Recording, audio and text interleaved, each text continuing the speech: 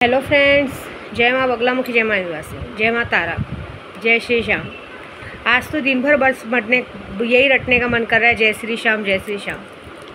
आज पता नहीं कि सुबह से ऐसा मन में हो रहा है जैसे कि मुझे सैलानी बाबा कुछ कहना चाहते हैं, जैसे कुछ कोई इच्छा पूरी होने वाली, क्या पता नहीं। लेकिन ये है कि आज के दिन मेरे लिए बहुत बड़ा, आज पूरा 1 महीना हो गया है मुझे यहाँ आके, और बहुत खुशी की बात है कि पूरा 1 महीना कैसे कैसे निकल गया। उसके लिए सबका बहुत थैंक यू।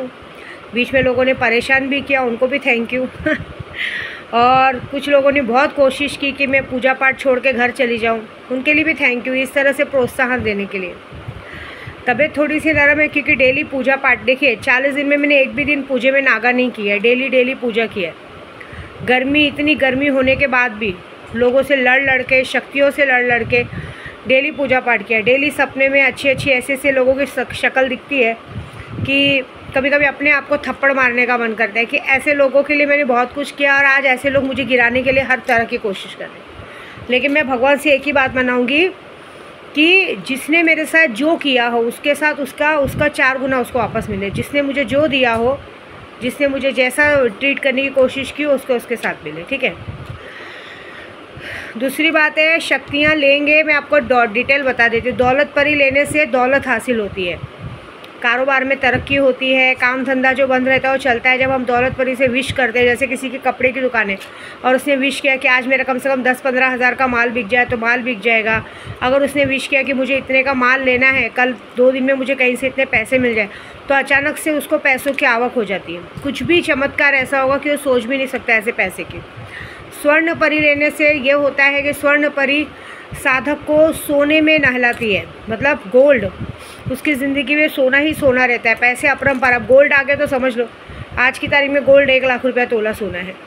स्वर्ण परी लेने से स्वर्ण की बारिश होती है, इंसान जो चाहता है पाता है। अभी कल किसी ने मुझे व्हाट्सअप किया था कि आप क्या गोडाउन ट्रांसफ़र का काम करते हो। मैं एक बात देखी हूँ, बुल्ढाना में मैं जब से आई हूँ ना, मैं यहाँ पे बाजू में डी-मार्ट में भी सामान लेने जाती हूँ ना, यहाँ के कुछ लोग, मुझे लगता है जैसे यहाँ के ज़मीनों में खजाना है शायद। बहुत सारे लोगों के मुंह से सुना है आप गोडाउन ट्रांसफ़र का काम करते हो, क्या करते हो, जो कि ये क्यों बोलते हैं पता नहीं। देखिए मैं ये करती नहीं हूँ, लेकिन अब मैं आपको शक्तियों के ज़रिए करवा सकती हूँ। मतलब आप शक्ति लीजिए, मैं तरीका बताऊँगी, आपका काम हो जाएगा। क्योंकि ये सब चक्कर में मैं पड़ती नहीं हूँ। मुझे मेरी मेहनत की पैसों की कमाई खाने का ही ईमानदारी से अच्छा लगता है, ये हराम की कमाई है, ठीक है।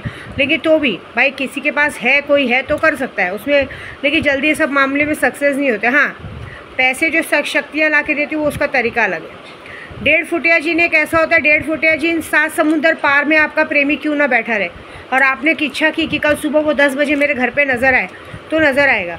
कोई भी चीज़ तुरंत क्विकली होती है, मतलब मतलब तुरंत। जैसे अभी हमें भूख लग रही है, अभी हमें खाना चाहिए, तो जब हम उसको विश करेंगे तो वो तुरंत चीज़ ला के देती है। उसका एक तरीका होता है, वो काम आपका डेली नहीं करेगा, वो आपका काम पूर्णिमा और अमावस्या के एक दिन, जब एक दिन पूर्णिमा और अमावस्या आएगी, वो तो डेली आपकी बात सुन के आपका ज़रूरत पूरी करती रहेगा। लेकिन कोई बड़ी काम रहेगा, कुछ बड़ा काम रहेगा, तो अमावस्या पूर्णिमा के दिन वो मंत्र बोल के आप उसको बोलेंगे, उस वक्त वो आपके सामने आएगा। जब आप बोलेंगे जो चाहिए वो आपको ला के देगा। सुल्तान जिन की पहचान तो यही है कि वो आपके दुश्मन को मार सकता है, आपके कारोबार में तरक्की कर सकता है, आपको काले से गोरा बना सकता है, सुंदर बना सकता है। आपके हर एक मन की इच्छा वो पढ़ के भाप के आपको काम करेगा। जैसे अभी मैंने कल ही सोचा था, कल की परसों की, मुझे ये चीज़ खानी है, तो वो चीज़ अपने आप मेरे को ऐसा हो गया था कि मैंने ले लिया था और मैंने चीज़ खा ली थी। मैंने कुछ तो ऐसा था, मुझे याद नहीं आ रहा है, कि मैंने सोचा था कि मुझे ये चीज़ खाना है, और लकीली वही चीज़ मुझे मिली और उस दिन मैंने वही चीज़ खाई। ऐसा मतलब बहुत दिन से सोचा। हाँ, करेले का कलौजी, देखो 2-3 दिन पहले ऐसा हुआ कि मैं बार बार करेला सोच रही थी, और मेरे को अचानक से मन में आया करेला लेने का, और उसको 6-7 दिन पहले की बात है। तो मैंने अपने मिस्टर के लिए सोचा बनाने के लिए, लेकिन उनको भेज दिया था। फिर मैंने वही चीज़ बना के खाई। मतलब शक्तियाँ वो चीज़ करवाती हैं अपने से, ऐसा जो चीज़ की इच्छा हो, जो चीज़ है। एक और बात, आप शक्तियों का सबसे बड़ा फ़ायदा ये होता है सुल्तान जिन का, कि हमें मुखबिर जिन वाला काम भी सुल्तान जिन करते हैं। आप अगर किसी के बारे में कुछ सोच रहे हो तो सुल्तान आपके कान में आके सामने वाले की पूरी डिटेल्स बता देगा कि उसके मन में एक्चुअली आपके लिए क्या चल रहा है, सामने वाला कहाँ है, क्या कर रहा है, ऐसा। अगर सामने वाला हमें नहीं बता रहा है, धोखे में रख रहा है, और अपने को मतलब सोच रहा है कि इन्हें क्या पता चलेगा, लेकिन उसको ये बात की खबर नहीं कि हमें सब पता है कि सामने वाला इस वक्त कहाँ था, क्या कर रहा है और किसके साथ बात कर रहा था। ऐसा मुझे सब चीज़ यहाँ पता चलती है, लेकिन मैं बोलती नहीं हूँ। फिर दूसरी बात है कि शक्तियों का प्रमाण ऐसा है, आप शक्तियाँ लीजिए। अभी बगलामुखी का हवन, बगलामुखी की पूजा चालू होने 11 लाख। बगलामुखी की पूजा कौन कराता है? जिन्हें बार बार कोर्ट कचहरी का केस सताता है, जो जानबूझ के लोगों को कोर्ट कचहरी के केस में फंसाते हैं, जानबूझ के लोगों की तरक्की का रास्ता रोकते हैं, जानबूझ के बार बार लोगों पे ब्लैक मैजिक करते हैं, मारण मोहन वशीकरण करते हैं। उनका सबका उच्चाटन करने का सबका तरीका यही है। ये ऐसा है, ये बहुत ही खतरनाक है बगलामुखी। वो तो चलो 3 तारीख से शुरू होगा, लेकिन जो अभी जिन्नात की पूजा है वो बहुत ही पावरफुल है। अभी एक पिक्चर आ रही थी भोजपुरी, उसमें दिखा रहा था माँ बाप का, कि उसमें दिखा रहा था कि बेटियों का, बहुओं का मैं अभी सच बोलूँ ना, मैंने ये सब पिक्चरों से ही नहीं, मैंने अपनी पर्सनल लाइफ से सीखा है कि भगवान ना करे मुझे भी ज़िंदगी में कभी बच्चों के भरोसे रहना पड़े। मैं तो भगवान से एक ही मनाऊँगी, मेरा हाथ पैर सलामत रखना, जब तक ज़िंदा रखना, लेकिन अगर ऐसा कुछ हो तो मुझे मौत ला देना। लेकिन मैं आप सबको भी कहूँगी, बहुएं तब खराब होती जब हम बेटियों का साथ देते हैं। मेरे को मैं बार बार बेटियों पे बोलती हूँ, मुझे बहुत सारी बोलती है कि माँ आप बेटियों पे क्यों बोलती है, लेकिन आपको यकीन नहीं आएगा। आप एक काम कीजिए, इंस्टाग्राम का रील्स चालू कीजिए और सास के ऊपर देखिए, दामाद सास को कैसी कैसी गाली देते हैं, रंडी बोलते हैं, छिनाल बोलते हैं, क्या क्या बोलते हैं, जो कि माँ की कोई गलती नहीं रहती, लेकिन बेटियों की वजह से वो घर बर्बाद हो चुका है। मैं माँओं को एक ही संदेश दूँगी, हमें बेटियों को प्यार करना चाहिए, लेकिन उनका घर संसार है ना, उन्हें उनके घर पे रखना चाहिए। आप उनको अपने साथ रख के क्या साबित करना चाहती है? और फिर जो तुमने अपने बेटों के लिए दूसरे घर से लड़कियां लाई हो, उनका क्या? उनको कौन देखेगा? आपको आपकी बेटियों के बच्चे प्यारे होते हैं, उनका हगना मूतना सब आपको साफ़ करना अच्छा लगता है, लेकिन वही अगर भाभी के बच्चे को हो जाता है, बेटियों के बच्चों को हो जाता है, तो आप लोगों को उनकी गंदगी साफ़ करने में गंदा लगता है। ये भी भूल जाती है कि वो बेटा भी तो आपके कोख से ही जन्मा है। आपको बताओ, एक घर का विनाश किसकी वजह से होता है? एक घर का विनाश एक लड़की की वजह से होता है। जिस घर में बेटियां आके मायके में रहने लग गई, उस घर का विनाश पक्का है। उस घर की बहुएं कभी सुख से नहीं रह सकती, उस घर में बहुएं हमेशा रोती रहती हैं। ये हमारे घर की कहानी है।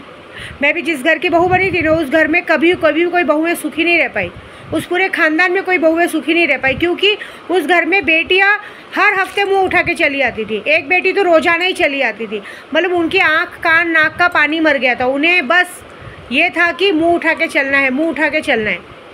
कभी उन्होंने ये नहीं सोचा कि हमारे बच्चे भी बड़े होंगे, कल कुछ होगा, क्या नहीं, कभी भी उन्होंने नहीं सोचा। हमेशा, और दूसरी बात सिर्फ आना ही नहीं, मुझे आज भी याद है कि मेरी शादी के गहनों के लिए मैं अपने ससुर के पास गई थी और मेरी ननद ने बीच में आके उस गहनों पे हक जताया था कि तुम कौन होते हो, हमने गहने देते, हमने छड़ा, हमने ले लिए। वो दिन और आज का दिन है। उस इंसान को मैंने सुख से रहने नहीं दिया है, भले मेरा तलाक वलाक हो गया, लेकिन उस इंसान को कभी सुख से, उसको भगवान से मैंने यही मनाया कि उसको ऐसे कीड़े पड़े, क्योंकि तुम्हें बेटियां हो, तुम्हारा काम में मेहमान हो, आओ घर पे खाओ पियो और गेट आउट हो जाओ। आपको कोई हक नहीं है माँ बाप के और उसके पीछे पड़े। लेकिन अभी भी पता नहीं अब तो कैसा होगा, मुझे पता नहीं, लेकिन ये है कि आज भी वो लोग कहते हैं ना, एक तो बेटियों की ज़बरदस्ती हो गई है। पहले तो शादी करके उनके पीछे 10-20 लाख रुपया खर्चा करो, फिर उनकी ये ज़बरदस्ती हो गई कि माँ बाप के क्या बोलते हैं, माँ बाप के उसमें प्रॉपर्टी में भी हिस्सा चाहिए। क्यों भाई? तुमको पैदा किया, पढ़ाया लिखाया, तुम्हारे नखरे झेले, तुम्हारी बदतमीजियाँ झेली, उसके बाद में जो मेरा बेटा है हम उसके लिए करेंगे, जो बहू दूसरे घर से आई उसके लिए करेंगे, कि तुमने क्या हमको रिश्वत में लिखवा के लाई हो कि तुमको फिर ज़िंदगी भर तुमको तुम्हारे बच्चों को भी पालेंगे। लेकिन कैसा होता मालूम है, माँ का मन ऐसा होता है कि बेटियाँ आ जाती है, बच्चों को सामने रख देती हैं, बस। ये तो देखिए हर घर की कहानी हो गई। मेरे बोलने से कोई सुधरने वाला है नहीं, क्योंकि बात कैसी होगी मालूम है, जब वो वक्त आएगा तो पता चलेगा। लेकिन एक बात है कि हर घर की बर्बादी ऐसी ही शुरू होती है, किसी को बोल नहीं सकते। ये जिस दिन ये ख़त्म हो जाएगा ना, उस दिन बंद हो जाएगा। इससे तो देखिए ना, मैंने भी अपना फ़ैसला कैसे किया है। मैंने तो एक बार सोचा है कि प्रॉपर्टी चाहिए ना, सीधी सीधी बात है। मैं सोच रही हूँ एक बंगला लेने से अच्छा, 3-4 करोड़ का बंगला लेने से अच्छा 1-1 करोड़ का तीनों बच्चों को एक फ्लैट दिला के उनको दे के उनकी प्रॉपर्टी के साथ वकील के सामने लिखवा के कि इनका हिस्सा विट्टा दे दिया, अब मैं मरूँ जीऊँ चाहे कुछ भी करूँ, इनसे मेरा कोई लेना देना नहीं। मतलब इनकी मर्ज़ी हो तो मुझे बुलाए, मुझे देखे, नहीं मर्ज़ी हो तो फ्री कर दूँगी मैं। मैंने अपने पति से भी तलाक लिया तो ऐसे ही था, जब मुझे जज ने पूछा था कि आपको कुछ प्रॉपर्टी में एलिमनी चाहिए, हर महीने का खर्चा चाहिए, मेरे मन में हंसी थी कि मैंने ही 18-19 साल खर्चा उठाया है, मुझे क्या खर्चा देगा। तो मैंने वहाँ पे भी मना कर दिया। मेरे बचपन से अब तक इतनी बड़ी हो गई, मैं पहली लड़की हूँ ऐसे जो मायके से कभी कुछ हिस्सा नहीं लिया, ना मायके में ज़्यादा पसंद था। लेकिन आज की जनरेशन बहुत ख़राब है भाई। आज की जनरेशन के हिसाब से जो पिक्चर्स आती है ना, उसके हिसाब से तो हर 99% बेटियों की वजह से घर बिगड़ता है। बेटियों को समझना चाहिए कि हम जैसे हम दूसरे के घर पे जा रही हैं, वैसे हमारे भी भाइयों की औरतें दूसरे घर से आती हैं। लेकिन आज की तारीख में भाई बहन ही एक दूसरे के दुश्मन है, कोई किसी को सुख से नहीं देख सकता। रक्षाबंधन के दिन राखी भी इसलिए बांधी जाती है कि पैसा मिलेगा, पैसा मिलने वाला है ना, बांध दो राखी। वो प्यार नहीं रह गया है, प्यार ख़त्म हो चुका है। प्यार कहाँ है? रक्षाबंधन है, 10-15 हज़ार मिलने वाला है, राखी बांधो। थोड़ी देर के लिए प्यार से बोलने में क्या जाता है, ऐसा है। तो बाबा मैं तो भगवान से ये बनाऊंगी कि या सैलानी हक सैलानी, बाबा मुझे भले ज़िंदगी भर भिखारी करके मार देना, लेकिन कभी बच्चों के सहारे मत रखना। मेरा हाथ पैर उतना तो सलामत रखना कि ये जो दुनिया, पापी दुनिया है ना, पहली बात तो बहुत जल्दी मुझे उठा लेना, क्योंकि मुझे ये सब देखा नहीं जाता। हम लोग पूजे पाठ पे रहते हैं ना, ये सब नहीं देखा जाता। भगवान से मनाते कि ये सब क्या दिखा रहे हो आप। आपको शायद बुरा लग रहा होगा मैं ऐसा बोल रही हूँ। मेरे पास व्हाट्सअप पे एक स्टेटस मैंने बताया था, एक लाइट वाला है हमारे गोराई में, टाटा पावर का लाइट वाला है। उसने अपनी बीवी के लिए लव मैरिज में अपने माँ बाप को छोड़ दिया, गांव घर से अलग हो गया, अच्छा खासा, मतलब मराठी है, अच्छा मतलब अच्छे को अच्छा मराठी, मतलब कहते हैं ना ऊँचे दर्जे का है। लेकिन एक लड़की के चक्कर में, एक औरत के चक्कर में उसने सब कुछ छोड़ दिया। और आज वो औरत क्या कर रही है पता है आपको? आज वो औरत सिर्फ और सिर्फ अपने माँ बाप को देखती है, अपने माँ बाप को जाके खर्चा देती है, अपनी बहन का खर्चा उठाती है, ब्लैक मैजिक करती है, और सिर्फ उसके साथ साथ उसका बॉयफ्रेंड भी है। मैंने उस आदमी को बोला कि इसको आप छोड़ दो ना। बोलते छोड़ना बड़ी बात नहीं है माता जी, मेरी मेरा 12 साल का बेटा है, वो तो चली जाएगी, उसको क्या है, उसको वो तो औरत है, जवान है, उसको तो दूसरा पति भी मिल जाएगा। उसकी माँ रांड है, उसकी माँ तो उसके साथ धंधा करवा, उसने शादी इसलिए करवाई थी कि उसकी सिल टूटे। देखो कितनी गंदी बात बोला है उसने। उसका कहने का मतलब है उसकी माँ ने अपनी बेटी की शादी इसलिए कराई थी कि किसी और से सिल तुड़वा के धंधे वाली बुलवाने से अच्छा शादी करके दामाद से सिल तुड़वाना है। उसके बाद फिर उसके ऊपर कोई भी चढ़े, उससे उसको कोई फ़र्क नहीं पड़ता। फिर तो सीधे सीधी बात है, धंधा चलो जाए। मतलब हम माओ की इज्जत देते हैं कि तुम जैसी लड़कियों की वजह से हम माएँ धंधे वाली कहलाती हैं, ठीक है ना। तुमको हम शादी इसलिए करवाते कि तुम सिल तोड़वाने जाती हो। अब उस बेचारे को क्या पता कि सिल तो आज की तारीख में 17-18 साल में लड़कियां बॉयफ्रेंड के साथ ही तोड़ लेती हैं। हमारे ज़माने में 20 साल तक हमको पता नहीं था रिलेशन क्या होता है, और आज के ज़माने में 16-17 साल की लड़कियां सब कुछ पता रहता है। 18-19 साल में 2-4 बच्चे भी गिरा चुकी रहती है। लेकिन तुम जैसी लोगों की वजह से हमें सुनना पड़ता है। सोचो उसका मारण क्रिया चालू है, डेली मैं उसकी फ़ोटो पे मारण क्रिया करती हूँ। मैं मारण क्रिया करूँगी वो लड़की का, क्योंकि जिन लड़कियों की वजह से हम जैसी माओं को ये सुनना पड़े कि तुम लोग धंधे वाली हो, तुम लोग अपनी बेटियों का सिल तुड़वा के धंधा करती हो, ऐसी लड़कियों को तो मैं पहले ऊपर पहुंचाऊंगी, चाहे फिर वो कोई भी हो। ऐसा है, एक बाप सांगली में अपनी बेटी का वेट कर रहा है, ज़िंदगी भर उसको पढ़ाया लिखाया, अच्छा कि आज वो लड़की मुंह काला करके किसी और के साथ चली गई है। सोचो वो बाप भी मुझे डेली मैसेज करता है, माता जी मैं उसको बोलती हूँ मैं तेरी बेटी का मारण क्रिया कर दूँ, लेकिन एक लौती है ना, बोलता बेटी का मत करो, उस लड़के का मारण क्रिया कर दूँ। ऐसा होता है, माँ बाप का प्यार ऐसा है ना कि बच्चों को मरने नहीं देते। लेकिन बच्चे आज की तारीख में ऐसे हैं ना कि माँ बाप को जीते जी मारने के लिए ब्लैक मैजिक करते हैं, अपने उन लोगों पे भरोसा करते हैं जो कोखण वाले होते हैं, ये उन पे भरोसा करते हैं क्योंकि उनको लगता है कि वो मेरे फ्यूचर सास ससुर है। अरे जब तक शादी नहीं होती ना तब तक हर कोई इंसान प्यार से पुचकारता है, कुत्ते को भी पुचकार के लाता है। शादी होने के बाद ना फिर वही असली रंग दिखाते, फिर तुम्हें अपने माँ बाप की याद आएगी। वो लोग ज़िंदगी भर साथ देने वालों में से नहीं है, ये बात याद रखना। तो कोई नहीं, ये दुनिया ही गंदी है, इधर किसी के लिए कुछ भी नहीं बोल सकते। हाँ मेरा काम है मारण मोहन वशीकरण करना, मैं करूँगी, और अभी भी जो काम है मैं पूरा करूँगी, ऐसा। बाकी का देखेंगे क्या होता है। लेकिन ये दुनिया बहुत गंदी है, मुझे तो इस दुनिया से कोई लेना देना नहीं है। मैं तो भगवान से मना भी रही हूँ कि भगवान अगर कभी मुझे दूसरी बार खुशी देना भी तो बेटा ही देना, बेटी तो देना ही मत। क्योंकि पहले अच्छा ज़माना था, बेटी को दूध में डुबो के मार देते थे, वही अच्छा ज़माना था। क्योंकि बेटियां अगर पढ़ लिख के अच्छी हो गई, संसार बसा लिया, अब तो एक बहुत अच्छी बात है। लेकिन अगर बेटियां होकर रंडी निकल गई ना तो साला आने वाली 7 पीढ़ियों में सारी की सारी लड़कियां रंडी निकलेंगी। क्योंकि वो खुद तो धंधा करेंगी, अपनी पैदा हुई बेटियों से भी वही काम करवाएंगी, क्योंकि उनके लिए तो खर्चे का पैसा चाहिए ना। ऐसी दुनिया ही है। क्योंकि ये बात सुनने मिलती है ना। मेरे पास 50 ऐसे मैसेजेस है जिसमें हर एक आदमी अपनी सास को यही बोलता है कि मेरा घर मेरी सास की वजह से बिगड़ा है, मेरा घर मेरी सास की वजह से बिगड़ा है।